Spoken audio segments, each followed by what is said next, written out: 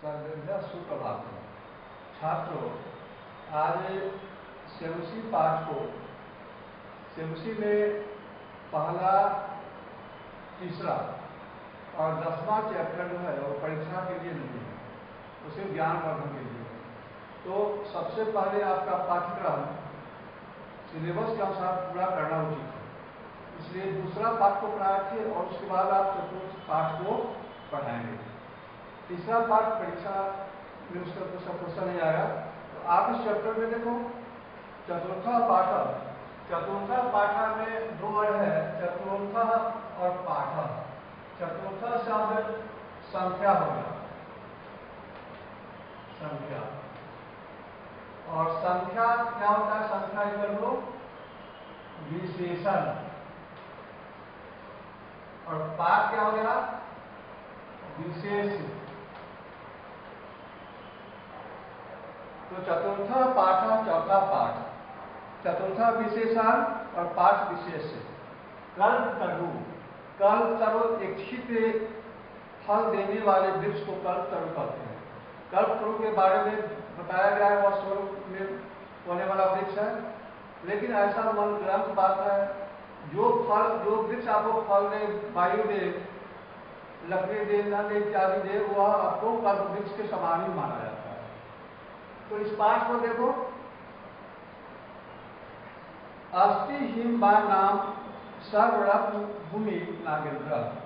आप first paragraph में तीन पार्ट में एक चैप्टर है, तो पैराग्राफ में अस्ति हिमबान नाम सर्वरत्न भूमि नगेंद्र। अस्ति शब्द का प्रयोग पहले है। अस्ति शब्द का मीनिंग होता है। अब हिंदी में है, पुराने जमाने में एक राजा, यदि कहेंगे तो उसका अर्थ नहीं बैठेगा, लेकिन संस्कृत में यदि अस्ति का प्रयोग पहले है तो उसका अर्थ था के अर्थ होता है। तो अस्ति हिमबान नाम सर्वरत्न भूमि नागेंद्र। पुराने जमाने में हिमबान नाम के, अर्थात हिमबान हिमालय, सर्वरत्न भूमि, सभी प्रकार के रत्नों से विभूषित था। तब से सानो पड़ी उसके ऊपर, तब से सानो पड़ी उस हिमालय पर्वत ऊपर विभाग थी कंचनपुर नामक नगरम। उस हिमालय पर्वत पर कंचनपुर नाम के, कंचन स्वर्ण को कहते हैं, सोने को कहते हैं, कंचनपुर नाम के नगर था। तत्र जिमुत केतु रीति नाम विद्याधरपति बस्ती अस्म। उस नगर में, कंचनपुर नाम के नगर में, तत्र अव्यय पद हो गया, तो मतलब वहां जिमुत केतु रीति नाम के विद्याधरपति विद्या के ज्ञाता नाम के राजा रहते थे। तस्य गृहोद्याने, तस्य शब्द षष्ठी विभक्ति एक वचन में, तत्शब्द के षष्ठी विभक्ति एक वचन में आता है। तो उसके गृहोद्यान, घर के उद्यान में, घर के नजदीक जो उद्यान था, बगीचे था, उसमें कुल क्रमागत, कुल कहते खानदान को, अर्थात वंश परंपरा के अंतर्गत, वंश परंपरा के द्वारा दिया गया कुल क्रमागत कल्पतरु स्थित, उसके पूर्वजों के द्वारा रोपा गया, लगाया गया वृक्ष कल्प वृक्ष स्थित था। वह राजा जिमित केतु तम कल्पतरु अराध्य तत्प्रसादात् च बोधिसत्वांश संभव जिमुतबानम नाम पुत्रम प्राप्त। तो कंचनपुर नाम के नगर में जिमुत केतु नाम के एक राजा थे। उन्होंने जिमुत केतु तम कल्प, अपने वंश परंपरा के द्वारा आए हुए, लगाए हुए वृक्ष की आराधना करके, सेवा करके, उसके फल से, उस पूजा की कल्प वृक्ष की पूजा करने के फल से बोधिसत्व को शेष उत्पन्न, बोधिसत्व को अर्थात पूर्ण ज्ञान की प्राप्ति हुई में, और उससे जिमुतवाहन नाम का पुत्र प्राप्त हुआ। तो जिमुतकेतु राजा का पुत्र का नाम क्या हुआ? जिमुतवाहन। पिता का नाम अर्थात राजा का नाम जिमुतकेतु और पुत्र का नाम जिमुतवाहन। 100 महान दानवीर संभूता अनुकंपित अवध। 100 महान और वह महान दानवीर संभूता सबों के ऊपर अनुकंपा करने वाला, दया करने वाला राजा बना। तस्य गुणय उसके गुण से प्रसन्न स्वसचिवस्य प्रेरित राजा काले समताप यौरम तम युवराज्य अभिषिक्तवान। तस्य गुणय प्रसन्न उसके गुण से प्रसन्न। किसके गुण से? तो उस राजा के गुण से प्रसन्न उसके अपने सचिव मतलब मंत्री सलाहकार के द्वारा प्रेरित होकर प्रेरित होने मतलब कहे जाने पर राजा काले कुछ समय के बाद संप्राप्त यौवन अर्थात यौवन को प्राप्त हुआ था, जवान हुए, बड़े हुए और यवराज पद पर अभिषिक्त हो गए। तो अभिषिक्त कौन हो गए? तो जिमुतवाहन जब बड़े हुए तो अपने बड़े होने के बाद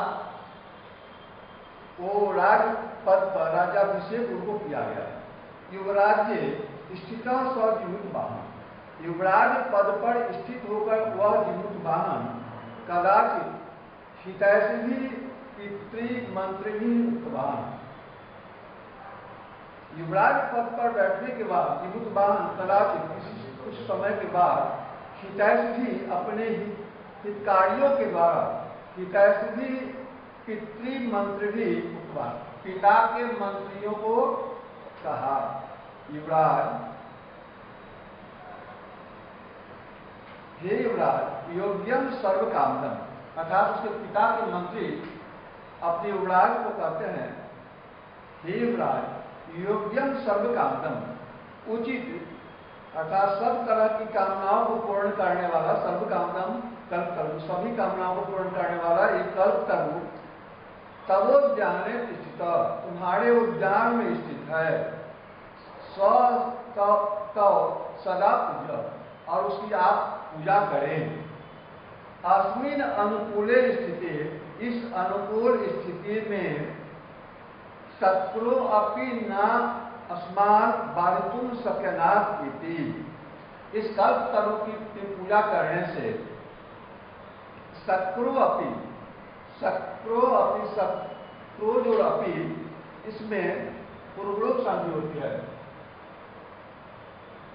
शत्रु अपि तो इसको आपको शत्रु प्लस एस जो है अब अगला का चीज उसको अ बना दो और अलग कर दो। इसके बारे में से जानो।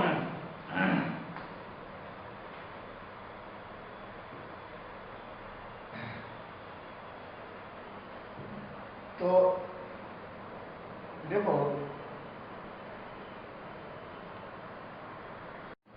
छात्रों, देखो इसमें शत्रु अपनी दो तरह से बनता है, पूर्वरूप संधि के द्वारा भी और उत्तर संधि के द्वारा। शक्र प्लस अपी शत्रु अपी। विसर्ग के बाद अ होने पर क्या होता है? विसर्ग के पहले वाला अ और विसर्ग में तब वो बन जाता है और प्लस के बाद वाला अ अवग्रह में बदल जाता है। तो अब इसको देखो तो क्या कर रहे हैं इसमें? अस्मिन अनुकूल स्थिति इस वृक्ष की पूजा करने पर शत्रु भी इंद्र भी तुम्हें किसी तरह की बाधा नहीं पहुंचा सकते। अब ये पहला पैराग्राफ आपको हुआ, पैराग्राफ। इस पहले पैराग्राफ की समरी के बारे में देखो एक बार, उसके बाद सेकेंड पैराग्राफ पढ़ाएंगे।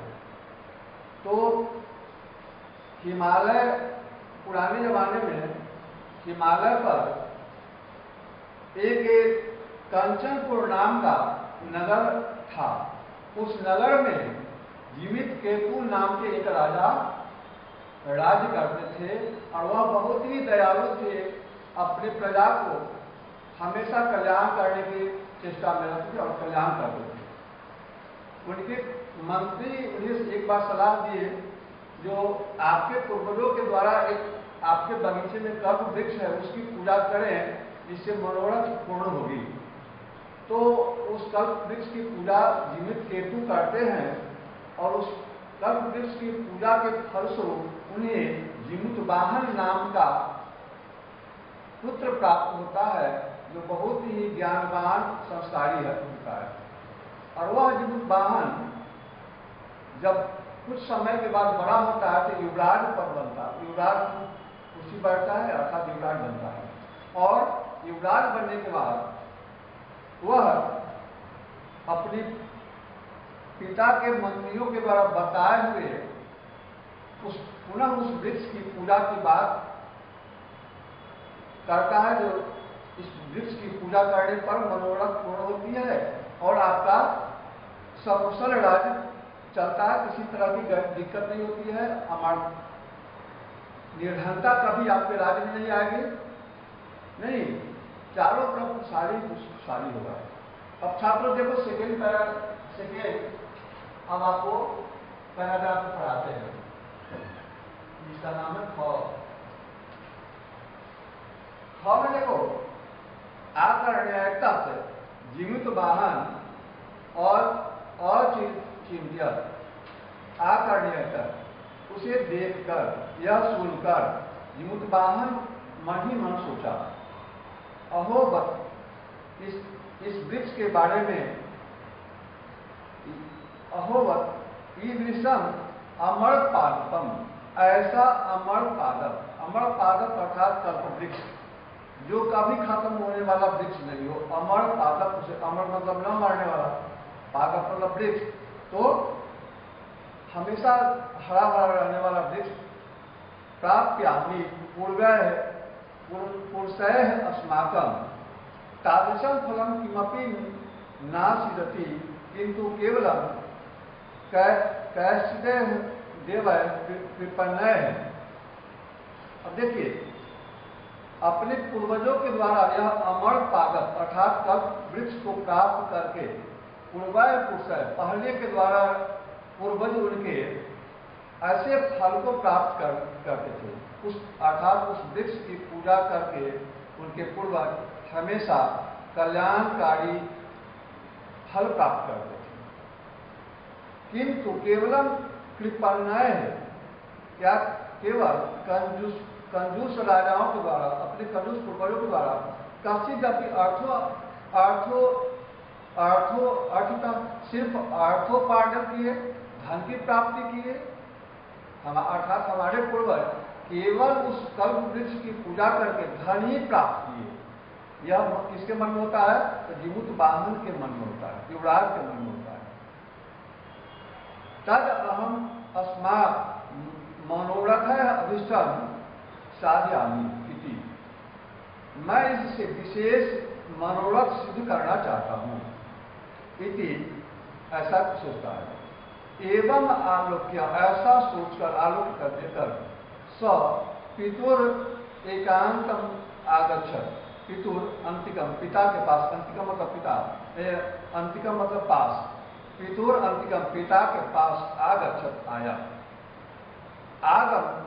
आगम्यत आकर, आगम्यत शब्द में देखिए, आगम्यत शब्द में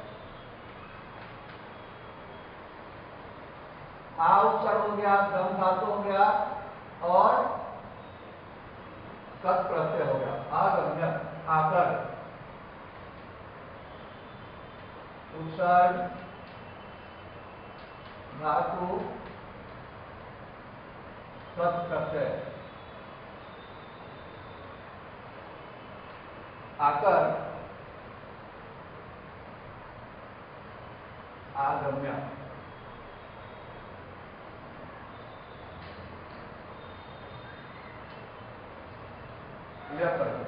तो आगम्य आज और गम जोड़ यप, आगम्य आकर, आप सर गम धातु और यप करते च सुखमासिनः पितर में एकांते निवेद्यत, और एकांत में आकर अपने पिता से सुख मासीनम, सुख की प्राप्ति के लिए पिता से एकांत में निवेदन किए। ता, हे पिता, तात मतलब हे पिता, त्वं तु जानासि, त्वं तु जानासि, तुम तो जानते हो, यद अस्मिन् संसारे, इस संसार में आशीर्वादम सर्वम धनम, आशीर्वाद ही सबसे बड़ा धन है। बीची वंचिलम, अर्थात बीची कहते हैं समुद्र के तट को, समुद्र के जल के समान, और उसके अलावा जो धन है वो समुद्र के जल के समान चंचल है, आता है चला जाता है। एक परोपकारिणः निवासिनः संसारे नश्वरः यो युगांतरम पर्यंतम यश प्रोष्ठे। सिर्फ एक ही धन ऐसा है जो परोपकार रूपी धन है कि इस संसार में हमेशा रहता है, अर्थात वह कभी भी नाश नहीं होता है। यो युगांतरे यश, जो हमेशा युगांतर में युगों युगों तक यश फैलाता रहता है। तद अस्माभिः दृश्य कल्प करो की मार्थम रचते, तो इसलिए हम इस कल्प वृक्ष की रक्षा किस लिए करें। ऐस्व पूर्वैरयम् मम इति आदरणीय रक्षित,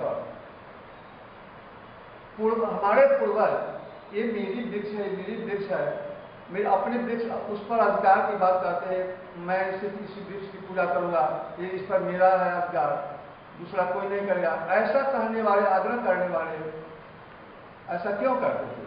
ते इदानीं पुत्र गच्छत, वे सब अभी कहाँ चले गए। अर्थात जीवुत वाहन का कहना है, जो ये वृक्ष मेरा है, मैं इसे सिर्फ धन प्राप्त करूंगा और मैं ही सर्वश्रेष्ठ रहूं, वह आखिर कहाँ चले गए, अर्थात उनका नाम नहीं रहा। येषां कस्याम, इसे क्या मिला, अस्य वा केते, अर्थात वे लोग कौन है। तस्मात् प्रोपकारः फलमिदं सिद्ध्यं तवाज्ञा यम में कर्तव्य आराधना, मैं सिर्फ इस कल्प वृक्ष की आराधना प्रोपकार के लिए करूंगा, भलाई के लिए करूंगा, अपनी कल्याण से जाले प्रजा के कल्याण के लिए कामना से इस कल्प वृक्ष की आराधना में पूजा करता हूं। नेक्स्ट छात्रों, थर्ड पैराग्राफ को देखो।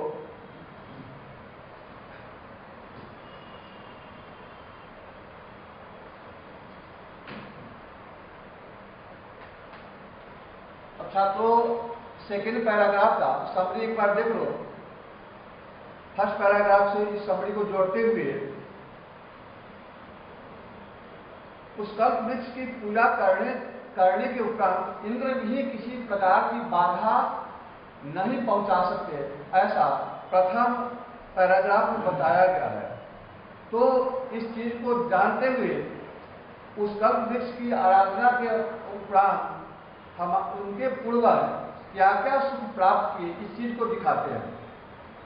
तो जीमूत वाहन उस कल्प वृक्ष की उनके पूर्वजों के द्वारा पूजा करने के उपरांत सिर्फ धन ही प्राप्त करते हैं, और जीमूत वाहन को इस धन से ज्यादा यश की चिंता, यश प्राप्ति की चिंता है।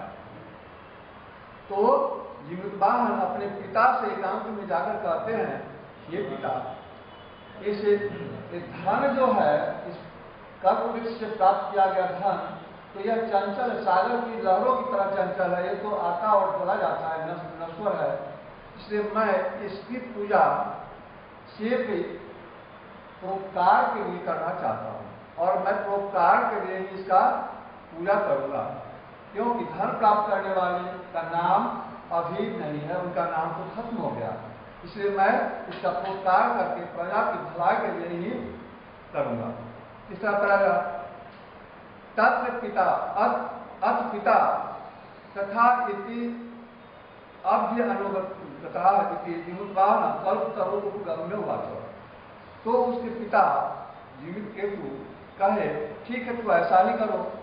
सजीवितवाहन, वह जीवितवाहन कल्पतरु उपगम्य, कल्पतरु के पास जाकर उपगम्य, उपगम्य के वह उपसार हो गया, गम धातु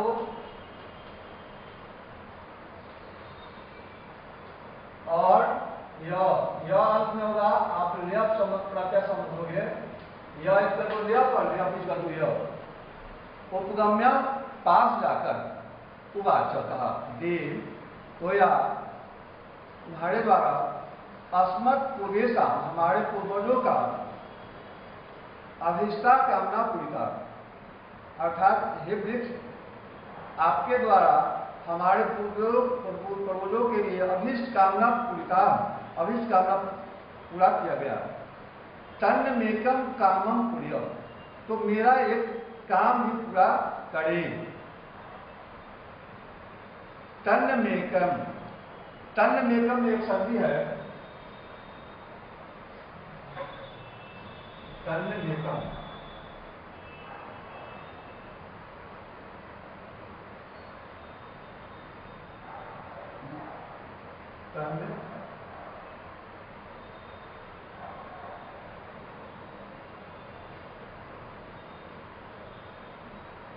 तो जहां पर पांचवा वर्ण दिखाई देगा, किसी भी पांचवा वर्ण का, तो उसका उस वर्ण का फर्स्ट वर्ण कर देंगे, फर्स्ट वर्ण। तो 9 का पहला वर्ण 9 पांचवा वर्ण है, यहां क्या रहेगा तर्क, फर्स्ट वर्ण प्लस मम आइटम, फर्स्ट वर्ण 5 वर्ण है, 5 वर्ण फर्स्ट वर्ण। तो तत्व मेकम, तो मेरा एक वर्ण एक काम पूरा करें। तथा पृथ्वी दारिद्र्यम पश्यामि, जो मैं पृथ्वी पर दरिद्रता देखता हूं, तथा करोतु देव, उस दरिद्रता को आप दूर करें। इति एकाव दीनी जीवित वाहन, तो उसी एक इच्छित कामना को पूरा करे, ऐसा जीवित वाहन ने कहा। तो यत अस्मृत्या एवो अयम या तो अस्मि इति वा तस्माद तरुण, तो ऐसी एक ही कामना को पूरा करे, ऐसा जीवित वाहन उस कल्प तरु से निवेदन किया। अब नेक्स्ट पैराग्राफ और लास्ट पैराग्राफ, छनेव चौस कल्पतरु दिवं समुत्पन्न भूमिम तथा वसूनि अवर्च्यत तथा न को अपि दुर्गत आसीत्। छनेन चौस, क्षण भर में वह कल्पतरु दिवं समुत्पत्य, दिवं अर्थात स्वर्ग को, समुत्पत्य प्राप्त हो गए, और भूमि तथा भूमि पर पृथ्वी पर वसूनी धन दौलत की वर्षा करने लगे, अर्थात पृथ्वी हरी भरी हो गई। वो अभी दुर्गता न आई, कोई भी गरीब नहीं रहा, अर्थात सभी संपन्न हो गए। ततः उसके बाद जीवित वाहनस्य सर्वजीवन अनुकंपया सर्वत्र यश प्राप्ति, उस संपन्नता के कारण जीवित वाहन का चारों दिशाओं में यश फैल गया और उनका नाम हमेशा के लिए अमर हो गया। तो छात्रों, परोपकार का फल सदैव कल्याणकारी होता है। जो स्वयं अपना स्वार्थ देखता है उसका नाम कुछ दिनों के लिए ही रहता है, जो सबों को कल्याण चाहता है, सबका कल्याण चाहता है, उसका नाम हमेशा हमेशा के लिए रह जाता है। इसलिए ऐसा काम करना चाहिए जिससे सबका भलाई हो। धन्यवाद।